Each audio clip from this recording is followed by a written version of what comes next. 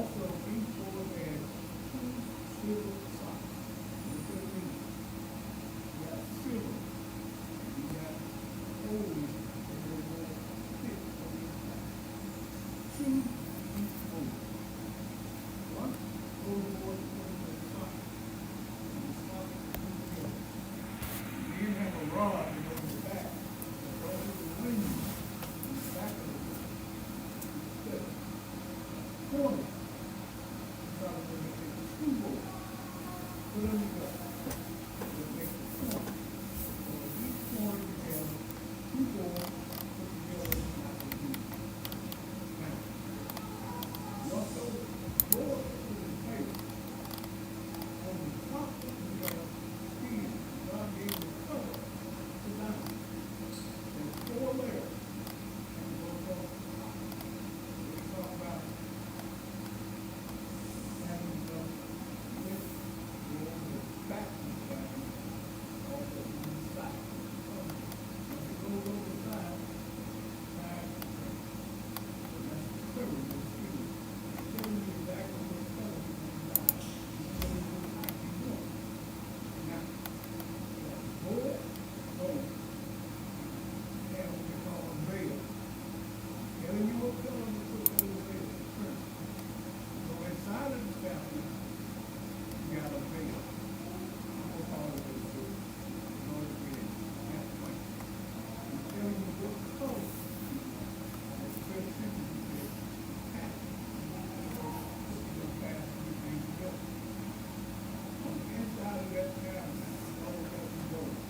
Alright, now going in, it's all got to be that way. Different board you get. Thank you, Mama.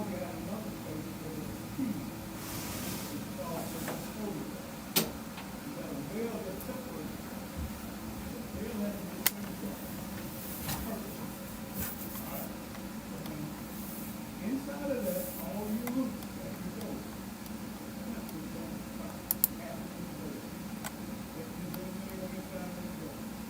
We also talked about, I want you to put images, prayer on your face. These hot.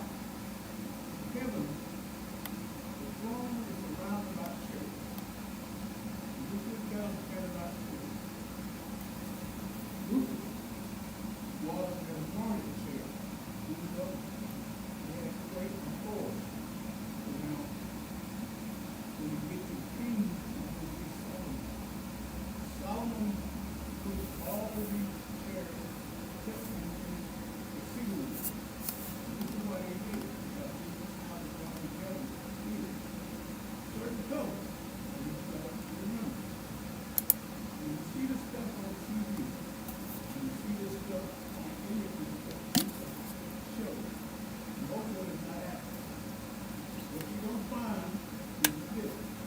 Anytime any of that furniture that's on the inside, we read last week, anytime they brought out of that tabernacle, covered, no one was never able to do it. And after you cover it, you put certain type of material. Everything has a ring on it with a stage on it. Stage never needs to be moved out. You just put it down, stage in. Once the priest cover on it, he himself, for a certain family. In the tribe of Levi, you have 3 families. Gershonites, Merarites, Korahites. Only someone was allowed to carry those items. Korahites. I don't care whether you believe it or not. You're a Korahite, you should not carry anything from the inside of the tabernacle. Other families like Gershonites, Merarites would take the planks, all of the skin, and the cover. They could take that. Items on inside. No one could ever carry the Korahite. No one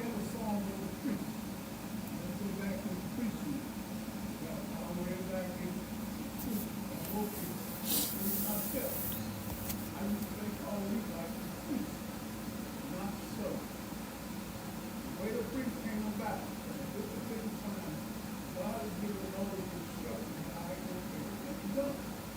If you go back 2 chapters, he asked for Aaron and his son, they had invited him to come with Moses to the same point on the mountain.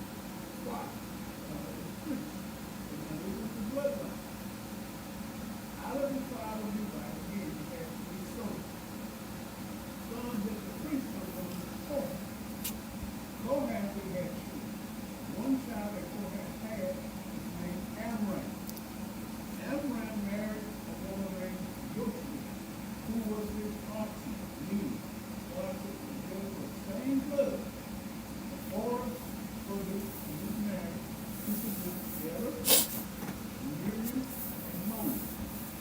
Now, this is what Kevin stands about Moses. The difference between Moses and Aaron. Why did not God make Moses the high priest? Because I'm thinking, he calls him to read, why isn't Moses the high priest? And he explains to him why he's not the high priest. And then he explains to him why God got him right on. Number 1, God is a stickler for bloodline. Once he establishes something, he goes stick to it exactly what he created. You can't deviate. They ain't gonna try to deviate from God. So therefore, Aaron married, he married in the bloodline of the Levites. And when Moses married, he married a Midian. Now there's a debate. I look at stuff that is written between Moses' wife and because Moses' wife is black. It's a lie. Because Moses is Gentile. So now, look how it's situated. We got a situation. The problem is he's married outside of her bloodline. And the reason why this is important, God has always experienced the figure of son.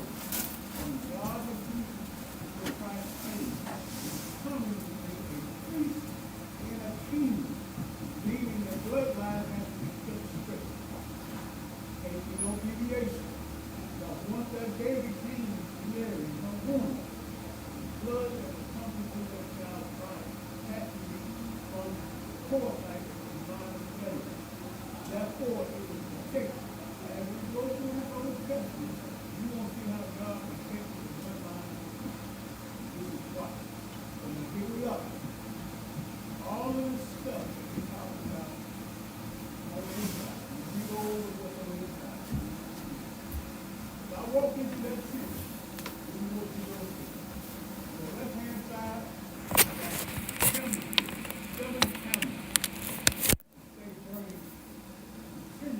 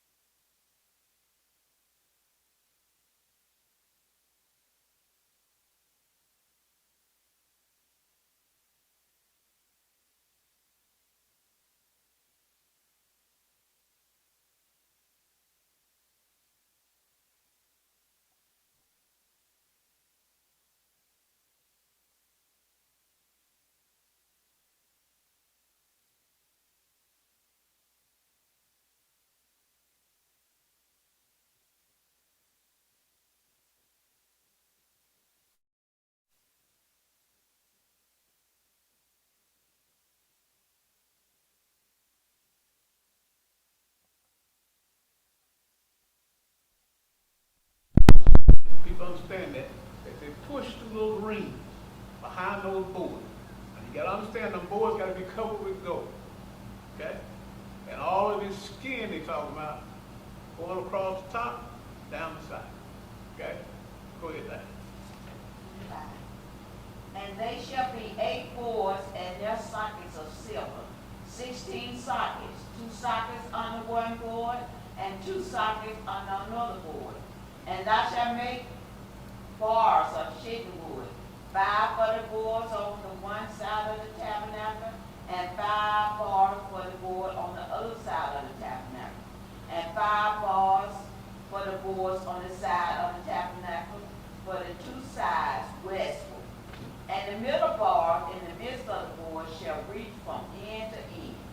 And thou shalt overlay the boards with gold, and make their rings of gold for places for the bars.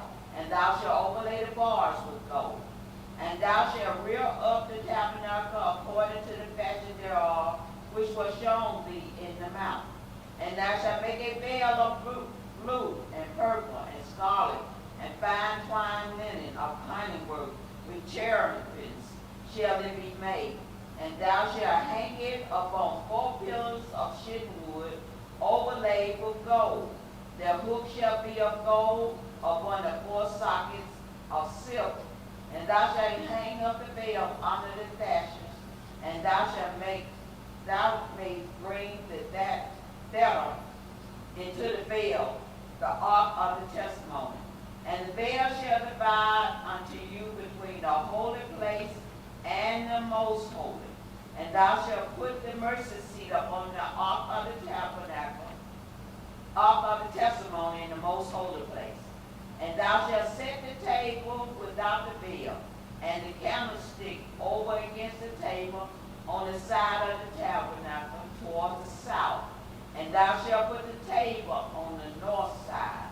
And thou shalt make an hanging for the door of the tent, of blue and of purple and of scarlet and fine twined linen, wrought with needlework. And thou shalt make for the hanging 5 pillars of shittim wood, and overlay them with gold. And their hooks shall be of gold, and they shall cast 5 sockets of brass for them. Okay, now, I want you to keep in mind, he called one place the holy place, and he called another place inside that tent the most holy place. There's certain things you can do in the holy place, and there's certain things you can do in the most holy place. What you do in the holy place, you cannot do in the most holy place. There's a separation. As we go through this, and especially when we get in the book of Leviticus, you're going to see how the priest had to operate. Now, if you go to heaven, and you actually saw the temple that God sits in, you're going to see that this stuff represented. For instance, 7 candlesticks, there's 7 spirits of God that sits in the temple. Showbread, altar of incense, God's throne. Now you got to understand God's throne is behind the altar of incense. So only somebody behind the altar of incense is our Lord. Nobody else sitting there. And then you got the cherubs, the angels. Now let me explain to you something about the angels again. It's got quite a bit of man interpretation and not even close to what the Bible says. Number 1, there are no female angels. They're all males. There are no baby angels. You got a lot of people paint the cherubs, the little baby angels, no such thing. They're all fully developed. They have no mothers. They didn't have to grow up as babies. Okay? So when you deal with heaven, that's what you're going to find. So these cherubs that's basically sewn on the curtains that separate the holy place from the most holy place, they're all male angels. Okay? Secondly, he told you what color he wanted that veil. And this veil will always stay closed. The only time that veil is open, when I say open, they don't pull it wide open. The priest go through it. And I said, excuse me, the high priest, not a regular priest. Okay? So now, he goes back and he's telling you how those boards are made. He's also telling you about those silver sockets. I want you to understand where they got all this silver and gold from. When they left Egypt, God had them to spoil the Egyptians. So they got all this gold, silver, and all these different colored material from the Egyptians. Same thing about those skins, the wood, and everything else, because God knew what he was going to need in the wilderness. This is how he is. We have no clue what God's intentions are for us in the future. We are just living, not knowing he's preparing us to do our purpose of what he sent us here to do. We have no knowledge of it. But when the time, what God calls the appointed time comes, we cannot, under no circumstance, resist what God's will is. So therefore, I want you to take a look at Moses. God knew Moses was not going to be a high priest. God also knew Moses' children would not be priests. God knew that Aaron's children would. So what do? He made sure that Aaron stayed where? Home. He made sure Aaron did what? Married in the bloodline. He made sure that Aaron had children, 4 boys. Now here's Moses. Moses was educated, meaning he was better educated than Aaron. He could write. He could read. Where was he educated? In Pharaoh's house. I want you to think about something. Pharaoh was looking to destroy the children of Israel because if there were too many, they multiplied too quick. He was afraid for his own empire. I want you to take a look at what God did. The one person that Pharaoh should have eliminated was raised in his house. He looked at him every day. How is this? This is man Moses. Pharaoh, this is who you need to destroy. He raised him. And not only raised him, he educated him. That's God. Now, when God got ready for him, Moses, you do all this stuff after the pattern I showed you. Who you think drew all this stuff out? Who you think wrote all of this stuff down? Let's say Moses was uneducated, couldn't read or couldn't write. What could he tell the children of Israel? What could he write down? Nothing. So this is what you got to realize. Everyone that God sent into this earth has a purpose. And none of us know what it is until the time comes, and we have to be prepared for that purpose. And once that happens, nothing will deter you from your purpose. It is how God is. So now, he had given Moses the instructions of the tabernacle.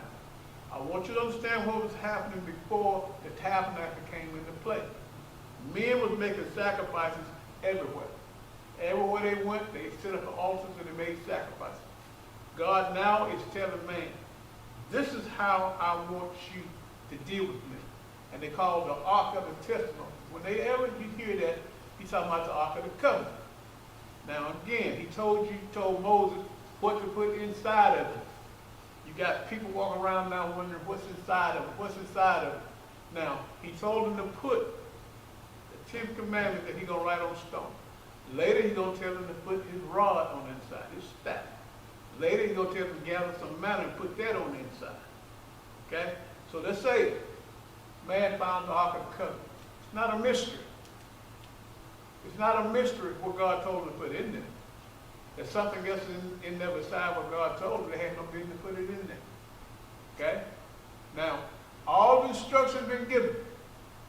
And what I'm going to do next week, hopefully have a drawing, all the stuff I just told you about. What's what I want you to do? I want you to physically understand how to put it together. Because when I first read it, I kept saying, how was this thing constructed? And God gave me the ability to say, I see exactly how to put it together. Because if somebody say, all right, I want you to put it together, I can put it together based on the information we just read. So what we're going to do, make sure everybody understands the tabernacle. Make sure everybody understands how to put it together. Make sure what all these different parts mean. Not just reading it and then keep going. Now, I want you to understand. Because this is the problem that we have now. People are not understanding. They're just reading and you keep going. No. Just like lineage. All right? It's just like right now, you got people teaching all kinds of stuff. And most people don't know the difference. I'm going to go back again. I want you to pay attention. The Bible tells you who Moses married. She is not a Levite. She's not an Israelite. She's a Midianite. A Midianite. Therefore, when you get to the point of Aaron and Miriam confronting Moses about his wife, it ain't about her color. But that's what people teach. It's about her color. And this is why I want to get cleared up. If Moses was a European and Pharaoh's daughter brought him in the house, what would have went through Moses' mind?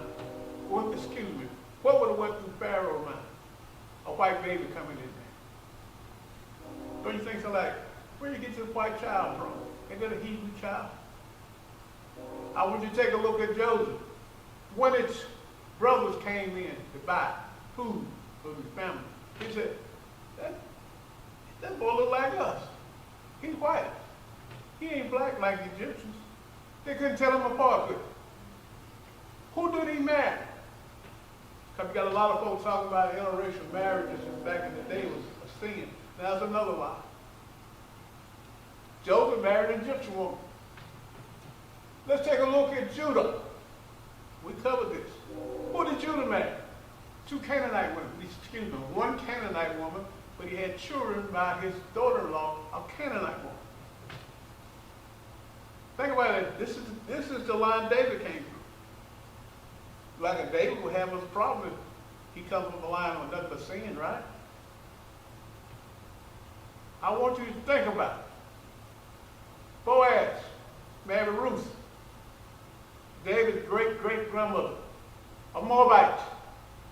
So let's take a look at the lies that have been told all these years and have the audacity to try to connect it to God. And people accepted the lie because they don't read. That is the problem. Just like now, we went through the tabernacle. My babies, before we break class, that's what they had to do. One of them had to get up and explain the tabernacle. That was our routine. Who going to explain the tabernacle? And it got to the point, they all knew it, even Tyler at the time, 4 years old. And we always had to put him in a chair. He was too little to reach up. There he was, 4 years old, with his little finger, going through the tabernacle. Because this is what I wanted them to know. Your father sent you here. Your little spirit was with your father. Some of you like Tyler. 4 years ago, your little spirit was with your father. If I, and God put me to teach you, I ain't got time for no cartoons. I ain't got time for no coloring books. I'm going to teach you about your father. Everybody get a Bible. I paid for them. And this is what we're going to do. Open up the books. And what killed me was how intelligent those little babies were. How well they read.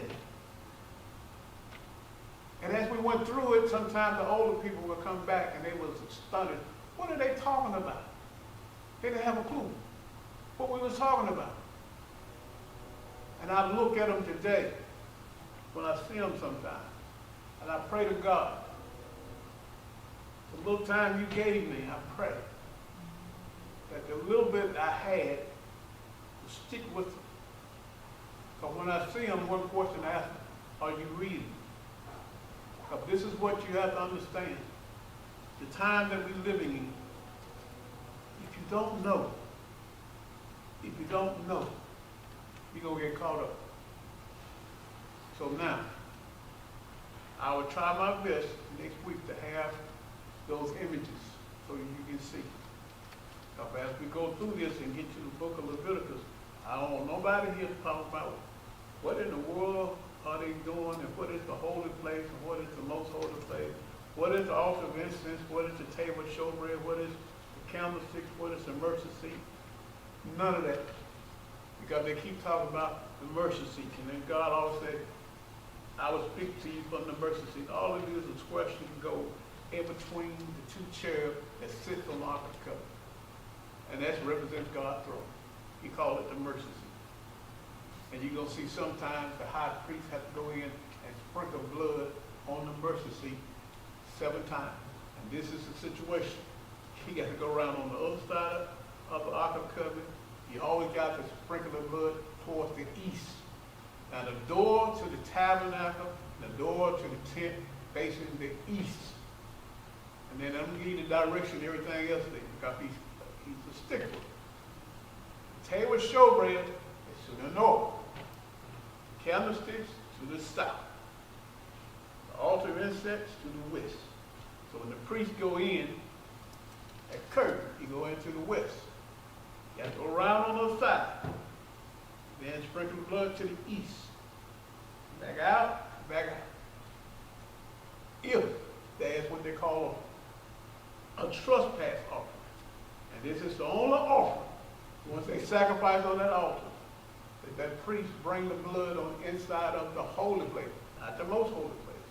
What he has to do when he bring it in there, you got horns, east side of the altar of incense. You got to take your thumb, put blood on those horns, go on the other side of the altar, and sprinkle blood 7 times. In front of that veil, come back out, go back out to the altar. These procedures have been given to the priest. So if I'm a priest, I got to know what the orders are.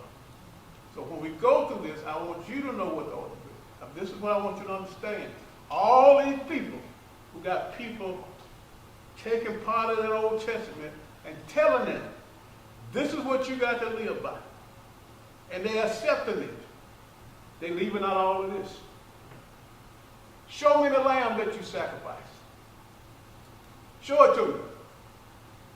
Because God said the only way you can get forgiveness on the Old Testament through shedding of blood. Look at what we read in Genesis. Cain and Abel had to do what? They make a sacrifice. In order to forget what? Forgive their sins. So who in the world gave man the authority? Now Christ said, I shed my blood for the New Testament, for the new covenant. Who gave man the authority to say, I'm going to take half of this and half of that?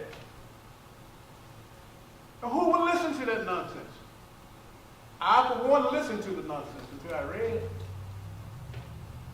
And I thank God for giving me the privilege to tell the man who taught me that nonsense, it's nonsense. I know the truth now. You can't lie to me no more. And that's why I'm going through what I'm going through. When you hear the word tabernacle, you're going to know. You're going to know it so well until you can build one yourself. That's why I want everybody to be. So when you see somebody come out talking about a tabernacle, and we this and we that, okay, let's break it down. Since you're saying it, let's break it down. You tell me since you're saying it. See what they do. Most of them don't even know what they're talking about. Okay? So are there any questions so far about this tabernacle? Again, I try my best to have them drawn. So everybody understand. I'm going to keep going through the bloodline of the priest over and over and over again. Because right now you got folks outside of this building calling themselves this, that, and other, and also calling themselves priests. Even got the colors on. I want you to understand the colors he's talking about. Purples, gold. And when you see these people, aren't they dressed in purple? Aren't they trimmed in gold? That's all they got right, the colors. No big gonna have no power to be dressed like this, and the man in the moon. And none of this gonna get them nowhere. Okay? So now, I need you to go to chapter 27. But God knows I need you to read this whole book. In the beginning, amen. Back again, in the beginning, amen. In the beginning, amen. Until you leave here. Because I trust me. Every time I read it, I learn something. You never get through learning. So again, next week, chapter 27, okay? After then, you be safe. Until then, thank you. Thank you, Miss Diane.